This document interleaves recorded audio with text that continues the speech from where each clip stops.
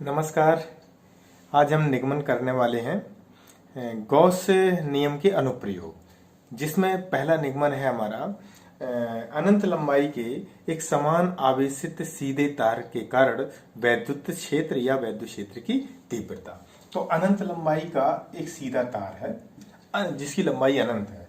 तो हम क्या करते हैं, उसके कारण किसी बिंदु पर अगर बिंदु P पर हमें वैद्युत क्षेत्र की तीव्रता पता करनी है, तो हम उसके लिए क्या करते हैं कि इसमें से अनंत लंबाई में से एक भाग L भाग मान लेते हैं और इस L लंबाई के एक गॉसियन बेलन की हम कल्पना करते हैं। गॉसियन बेलन खींच लेते हैं, स्मॉल L लंबाई और R त्रिज्या का गॉसियन बेलन। और किस तरीके से ये बेलन, आप ऐसे समझ लो कि ये मेरे पास एक अनंत लंबाई का ये तार है, ठीक है, ये स्ट्रॉ है अनंत लंबाई, और इसके बाद हमने ये यहाँ पे स्मॉल R त्रिज्या, ये देख रहे हैं आप, मध्य बिंदु से यहाँ तक स्मॉल R त्रिज्या का ये हमने पूरा एक बेलन बना लिया। ठीक है, तो इस बेलन के दो पृष्ठ हो गए, एक ये वृत्तीय पृष्ठ है, ये वृत्तीय पृष्ठ है, और ये पूरा कौन सा हो गया, ये वक्र पृष्ठ। तो हमने दो वृत्तीय पृष्ठ हैं और एक वक्र पृष्ठ है। तो सबसे पहले हम बात करते हैं वक्र पृष्ठ पे। तो इस वक्र पृष्ठ के किसी बिंदु P पर अल्प क्षेत्रफल डेल्टा S के कारण हमें पहले वैद्युत क्षेत्र की तीव्रता पता करनी है। किधर की ओर होगी, वैद्युत क्षेत्र की तीव्रता होगी बाहर की ओर। क्यों होगी बाहर की ओर, क्योंकि ये जो तार है ये धनावेश से आवेशित है। तो धनावेश के कारण वैद्युत क्षेत्र की तीव्रता किधर की ओर, बाहर की ओर। और इसकी अल्प क्षेत्रफल का क्षेत्रफल वेक्टर जो डेल्टा S होगा वो भी बाहर की ओर होगा। ठीक है, क्योंकि इस पृष्ठ के ठीक लंबवत। अब इस वृत्तीय पृष्ठ पे आ जाओ, चाहे इस वृत्तीय पृष्ठ पे आ जाओ, तो वैद्युत क्षेत्र की तीव्रता तो बाहर की ओर होगी, लेकिन इस पृष्ठ पर जो वृत्तीय पृष्ठ ऊपर है तो क्षेत्रफल वेक्टर किधर की ओर होगा, ऊपर की ओर। तो क्षेत्रफल वेक्टर हो गया डेल्टा S ऊपर की ओर। तो यहाँ पे थीटा बराबर कितना हो गया, 90 अंश, लेकिन यहाँ पे थीटा बराबर कितना है, 0 अंश। ये चित्र है। अब इसके आधार पे हम समझते हैं कि सबसे पहले हम गॉसियन वक्र पृष्ठ के लिए, गॉसियन वक्र पृष्ठ के लिए, तो जब गॉसियन वक्र पृष्ठ के लिए हम अल्प क्षेत्रफल मेरा कितना है, अल्प क्षेत्रफल डेल्टा S से गुजरने वाला वैद्युत फ्लक्स हम पहले निकालते हैं। तो वैद्युत फ्लक्स डेल्टा फाई वक्र बराबर होगा E डॉट डेल्टा S, लेकिन इसे हम ऐसे भी लिख सकते हैं E डेल्टा S कॉस, अब दोनों के बीच कोण कितना है, 0, तो हमने कॉस 0 कर दिया। कॉस 0 का मान कितना होता है, 1, तो ये हो गया E डेल्टा S। पूरे वक्र पृष्ठ से गुजरने वाला कुल वैद्युत फ्लक्स को, तो कुल वैद्युत फ्लक्स डेल्टा, अब फाई वक्र बराबर डेल्टा फाई वक्र, तो यहाँ पे हमने मान रख दिया सिग्मा E डेल्टा S।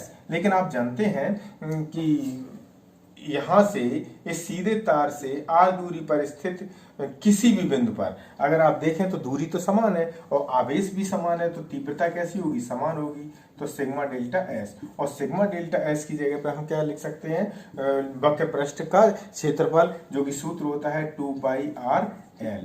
ये मेरा पहला एक समीकरण निकल आया। वृत्तीय पृष्ठ के लिए अल्प क्षेत्रफल डेल्टा S से गुजरने वाला वैद्युत फ्लक्स डेल्टा फाई वृत्ति बराबर E डॉट डेल्टा S, जिसे हम लिख सकते हैं E डेल्टा S कॉस कितना का, 90 अंश। कॉस 90 का मान कितना होता है, 0।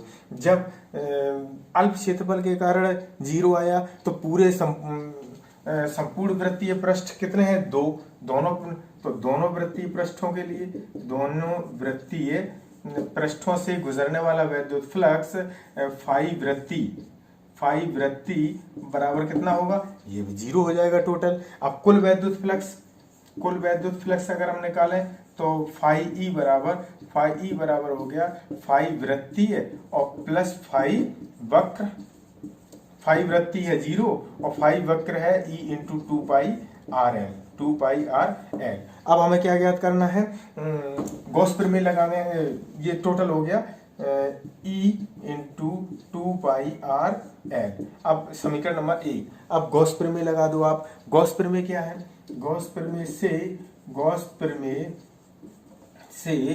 प्रमेय है फाई ई बराबर क्यू बटे एप्सिलॉन नॉट। लेकिन आप जानते हैं कि रेखीय आवेश घनत्व लैम्डा बराबर क्यू बटे एल। रेखीय आवेश घनत्व को मतलब होता है प्रति एकांक लंबाई में उपस्थित आवेश।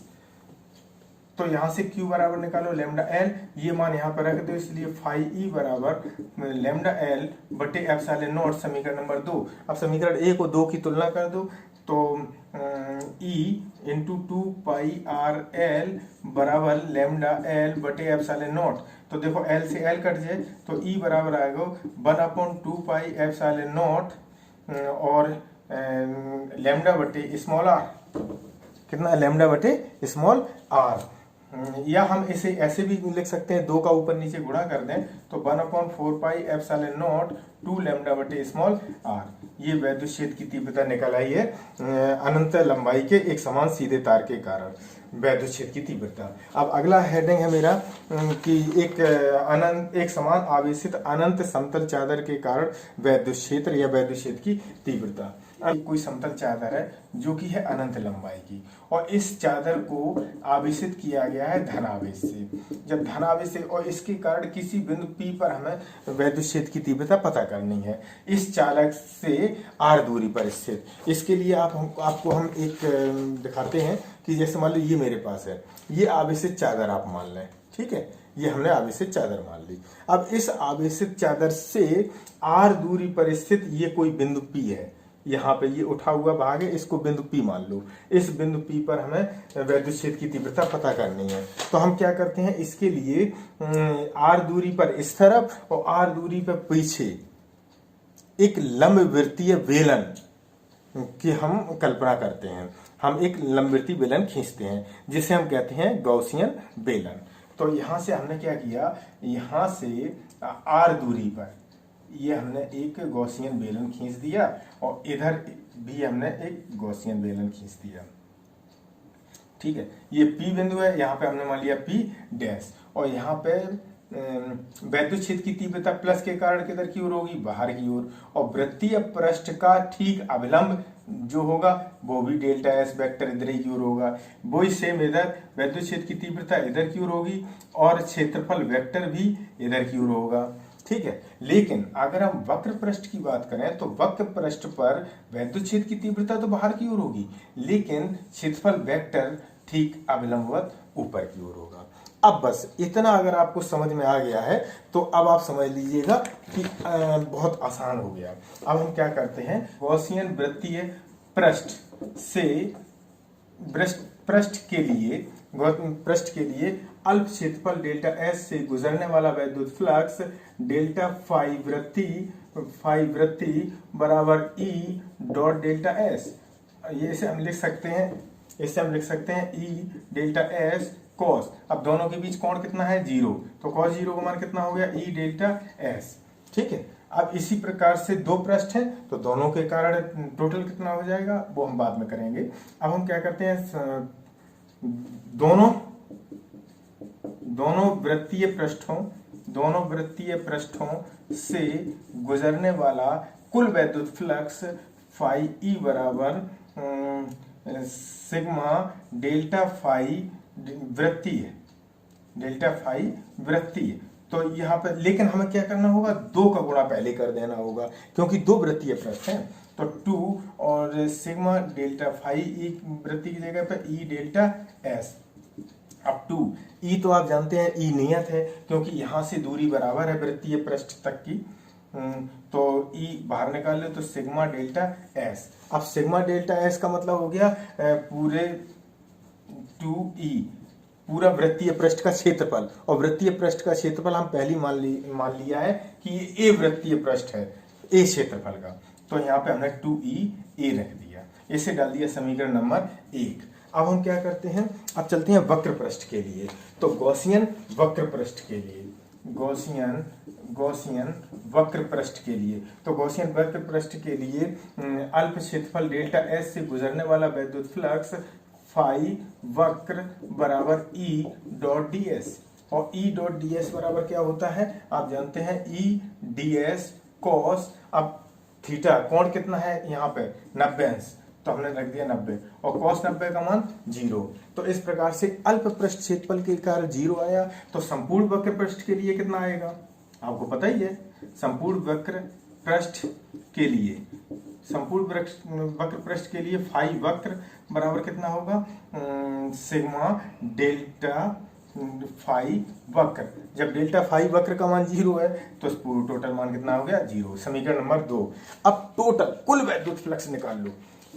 तो कुल वैद्युत फ्लक्स अगर हम निकालेंगे तो कुल वैद्युत फ्लक्स आ जाएगा, वैद्युत फ्लक्स फाई बराबर फाई ई बराबर फाई वृत्तीय प्लस फाई वक्र।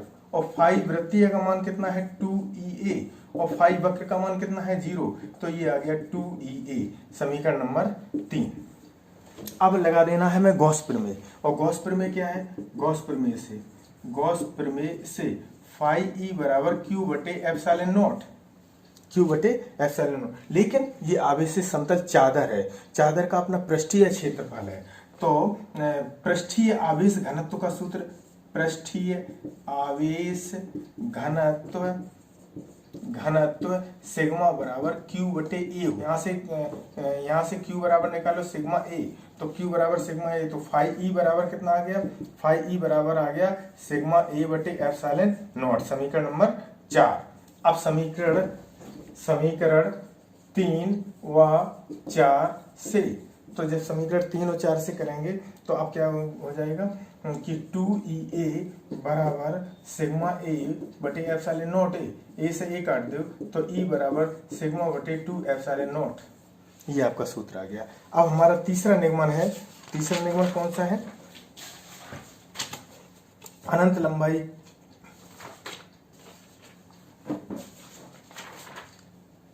अब हमारा तीसरा निगमन है, एक समान आवेशित पतले गोलीय कोश के कारण वैद्युत क्षेत्र।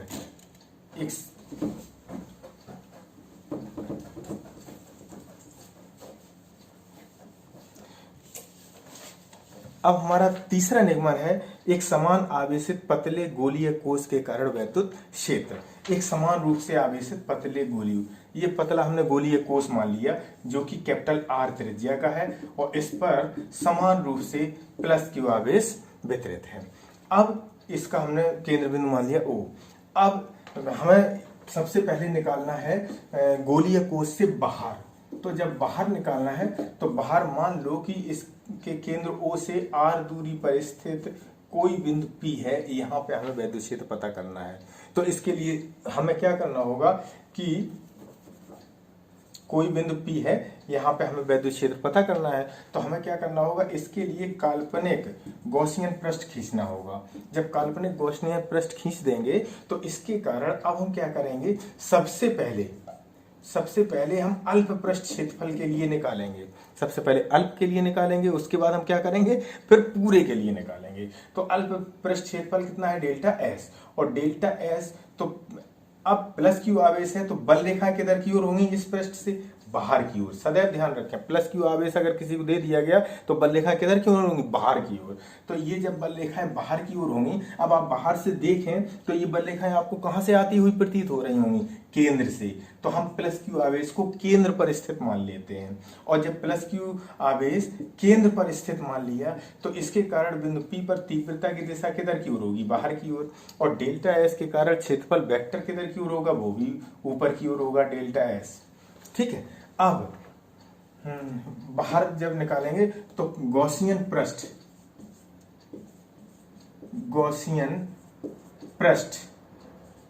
के लिए तो डेल्टा एस से गुजरने वाला वैद्युत flux phi E, delta phi E बराबर ई डॉट डेल्टा एस, या हम जब लिख सकते ई डेल्टा एस कॉस, दोनों के बीच कोण कितना है, दोनों के बीच कोण कितना है, यहाँ पे दोनों के बीच यहाँ पे कोण है 0, तो 0 cos 0 का मान 1, तो ई डेल्टा एस हो गया। अब ये हो गया अल्प पृष्ठ क्षेत्रफल के लिए। तो संपूर्ण पृष्ठ क्षेत्रफल के लिए, तो संपूर्ण गॉसियन पृष्ठ के लिए, संपूर्ण गॉसियन पृष्ठ के लिए फाई ई बराबर सिग्मा डेल्टा फाई ई। अब सिग्मा डेल्टा फाई को मान रख दो ई डेल्टा एस, तो हमने क्या कर दिया, ई बाहर निकाल लिया। क्यों ई बाहर निकाल लिया? क्योंकि संपूर्ण पृष्ठ क्षेत्रफल के किसी भी बिंदु पर Q से यहाँ तक की दूरी समान रही है तो वैद्युत क्षेत्र की तीव्रता समान रहेगी, तो इसलिए ई और sigma delta S. Sigma delta S का मतलब हो गया स्मॉल आर त्रिज्या के पूरे वृत्तीय पृष्ठ क्षेत्रफल। कितना होगा पूरा पृष्ठीय क्षेत्रफल? 4 पाई स्मॉल आर स्क्वायर। तो ये हो गया E into 4 pi small are square. इसे हमने समीकरण नंबर डाल दिया नंबर 1। अब गॉस प्रमेय से, गॉस प्रमेय क्या है? आप जानते हैं कि गॉस प्रमेय से फाई ई बराबर क्यू बटे एप्सिलॉन नॉट, परंतु पृष्ठीय क्षेत्रफल, पृष्ठीय आवेश घनत्व, परंतु पृष्ठीय आवेश घनत्व आप जानते हैं क्या होता है? सिग्मा बराबर क्यू बटे ए। लेकिन यहाँ पे हम ए का मान कितना रखेंगे? ए का मान हम कितना रखेंगे? क्योंकि पृष्ठ मेरा कौन सा है? कैपिटल आर त्रिज्या का गोला है जिस पर आवेश दिया गया है, तो ए की जगह पे हम कितना रख देंगे? 4 pi capital R square sigma बराबर, यहाँ से क्यू बराबर निकालो तो sigma 4 pi capital R square, ये मान यहाँ पर रख दो। तो इसलिए फाई ई बराबर आ गया sigma 4 pi capital R square बटे एप्सिलॉन नॉट, समीकरण नंबर 2। अब समीकरण 1 और 2 से, तो समीकरण 1 और 2 से, समीकरण 1 व 2 से, तो समीकरण 1 से तो E into 4 pi small are square बराबर sigma 4 pi capital R square बटे एप्सिलॉन नॉट। तो यहाँ से 4 पाई से 4 पाई काट दो, तो ई बराबर आ गया सिग्मा बटे epsilon not capital R square बटे स्मॉल आर स्क्वायर। ये मेरा फॉर्मूला आ गया। ठीक है, अब इस फॉर्मूले में अगर आप चाहें तो सिग्मा का मान रख सकते हैं। सिग्मा का मान क्या है? क्यू बटे ए, तो सिग्मा, परंतु हम यहाँ पे रख दें सिग्मा बराबर क्यू बटे ए बराबर क्यू बटे 4 पाई कैपिटल आर स्क्वायर। तो ये मान यहाँ पे रख दो, तो इसलिए ई बराबर कितना आ जाए? क्यू बटे 4 पाई कैपिटल आर स्क्वायर और इंटू कैपिटल आर स्क्वायर बटे epsilon naught small are square. तो यहाँ पे देखो क्या कटेगा? कैपिटल आर स्क्वायर से कैपिटल आर स्क्वायर, तो ये आ जाएगा 1/4 पाई एप्सिलॉन नॉट और क्यू बटे आर स्क्वायर, ई बराबर, जो कि बिंदु आवेश के कारण वैद्युत क्षेत्र की तीव्रता का भी सूत्र है। तो ये हमारा एक निगमन हो गया।